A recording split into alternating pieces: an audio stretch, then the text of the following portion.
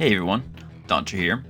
There are many artists in the Pokemon TCG, and it's my goal to cover as many as I can so I can help you, the viewer, determine which one of these fantastic artists can hold the spaces of your binders or the slabs in your room. You might find a new favorite card or a new favorite artist.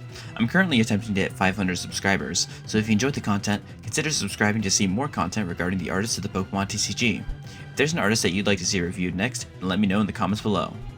Welcome to the Pokemon Artist Review. In today's video, we'll be talking about Narumi Sato. Sato started illustrating cards in his set Shining Fates released February 19th, 2021, and has illustrated 45 cards, including any reprints they may have.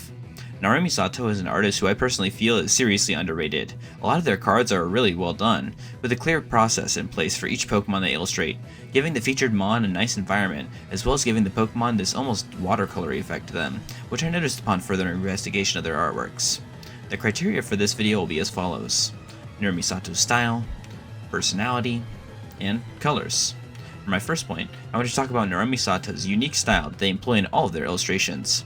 In the Gengar from Lost Origin, we can see that the Pokemon is hanging from a chandelier, as well as the light of the chandelier's candles illuminating the area around it, sort of bleeding this soft white color onto the card, as well as reflecting onto the Pokemon featured in the card, making Gengar itself glow. The ruinous stairs to the right of the card also sort of break up the color of the card, being a different darker and lighter shade of deep red, which looks really impressive when all put together. In the Vulpix from Surging Sparks, we see the Pokemon prancing around a field of grass. I really love how soft the Pokemon on the card looks. A really good point towards Narumi Sato's style is just how nice and soft their cards look. This Vulpix looks friendly and wonderful to keep as a pet. Next, I want to talk about Sato's personality that they really pack into their cards. I feel like they aren't the most exaggerated views of a certain Pokemon, but in a way, that gives them more personality, as the more relaxed personalities can be seen as slightly more realistic in a way. In the Dino from Paldea Evolved, we can see the Pokemon push its little front legs outwards as it jumps on a tree root. This is something that I could totally see this Pokemon doing, but it's not like the Pokemon is doing like 6 backflips in front of a crazy explosion. It's just a way to show us how this Pokemon really lives its daily life, which I really appreciate. That sort of naive energy is perfectly portrayed in this simple illustration.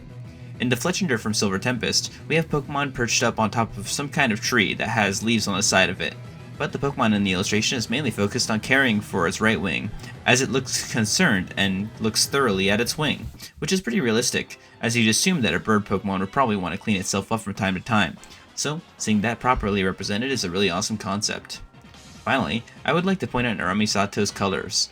In the Beedrill VL art from Astral Radiance, we can see flowers in all different shapes, styles, shades, and colors in the foreground. We see budding flowers of purple, red, and white. Behind them we see a different form of flowers that feature yellow, red, and white colors. Further into the distance, we can see the field is populated with many different blotches of flowers, which sort of blends into each other in the distance, which certainly makes it a little easier to draw, as they don't have to illustrate every individual flower.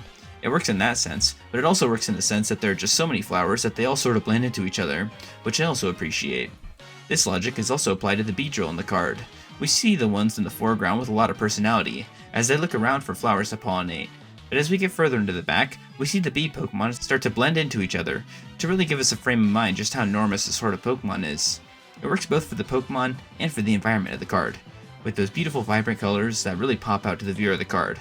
In the Finnison from Twilight Masquerade, we have the Pokemon Silly and peaceful swimming and coasting along, as it's surrounded by coral of all different types, shapes, sizes, and colors.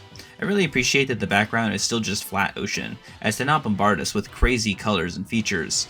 It has those colors, but they almost feel a little more condensed and a little less crazy ridiculous as a focus as they could be, making it more subtle, which I do appreciate.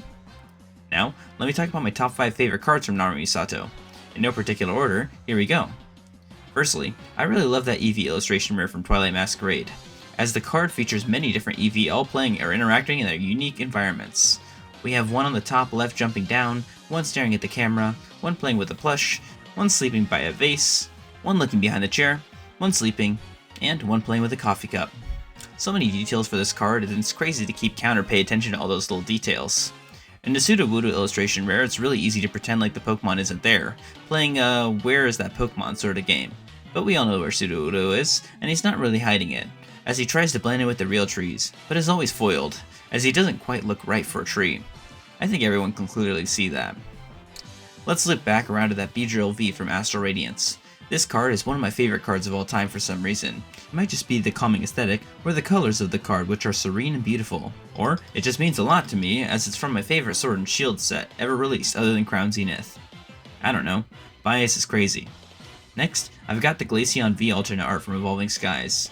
I like how you have the Pokemon peacefully laying on the bench, which is covered with frosty snow, and the Pokemon still looks like it's having the time of its life looking at the flowers growing around the snow, which is the only yellow featured in the card, and it breaks up the monotony of the Pokemon's bluish snowy environment really nicely up.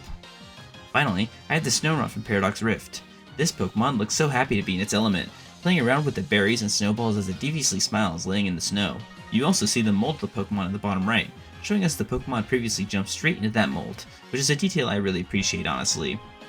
And that was Narumi Sato. Something that I really appreciate about this artist is that really awesome watercolory style. It's something that really makes all of their cards feel warm and inviting, even if it's in the snowy cold, which is an accomplishment in and of itself. Sato's illustrations are really pivotal to the modern TCG, because I feel like a lot of collectors probably wouldn't be able to live without that Eevee illustration rare card. If you enjoyed this video, let me know by liking and commenting, as well as considering subscribing to my channel. I cover everything you need to know about Pokemon card artists. If you want to see more of these kinds of videos, I have a playlist on my channel for the Pokemon Artist Review.